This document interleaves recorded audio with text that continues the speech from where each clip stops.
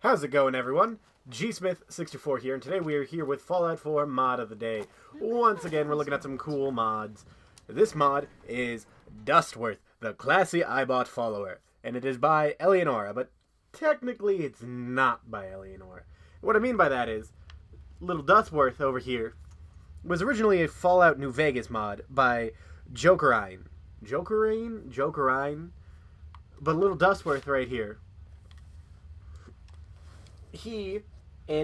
whatever you want to call him, little dude, is a Fallout New Vegas mod that was ported over to Fallout 4 by Elianora and some of her friends. So, here he is, all brand new and amazing. Hello. If you don't mind me observing, but you have the look of someone who has experienced the sort of abysmal soul sadness which afflicts one of Tolsky's Russian peasants, who, when after putting in a heavy day's work, strangling his father, beating his wife, and dropping the baby in the city's reservoir... What? He turns to the cupboards only to find the vodka bottle empty. Excuse me? Perhaps I can help lift that dark cloud above your head. Perhaps I could be of service. There are moments when one considers, do trousers really matter? Oh, excuse me. But yes, Dustworth is a companion, and an interesting thing to note How spiffy. is your character will not talk at all when talking to Dustworth. Certainly, old bean. And Dustworth is fully voiced, and you can trade stuff with him and all of that.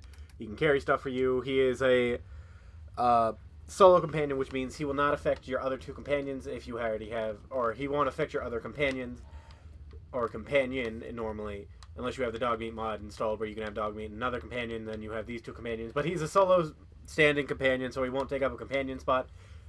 And he is just an Eyebot. He's fully voiced. He will talk to you. He will talk about things around you. He will, posh British accent and how high and mighty he is with his top hat and monocle. And interesting thing to note is, like I said earlier, he won't take up any of your companion spots, and he also will not affect... You physically do not talk to him, but he will respond to you. So, like, things like that. Perhaps I can be of service. So yeah, things like that, you can talk to him. And then there's also... Whoops, that's the wrong button. I've been playing too much Skyrim. But as you may have noticed, when I recruited him, got a little thing. Where is it? I gotta find it. I gotta clean this out sometimes. I apologize. But we got the Dustworth control settings for him, so we can modify him slightly. Like, if we want to summon Dustworth, dismiss Dustworth, set his distance, or repair him, because he will sometimes get shot up and die, so you can repair him just using the control scheme here. Now, one last thing to note about Dustworth, other than him being awesome, is if you do dismiss him, he will just come right back to the basement in the root cellar, and if you want to know where that is, that's in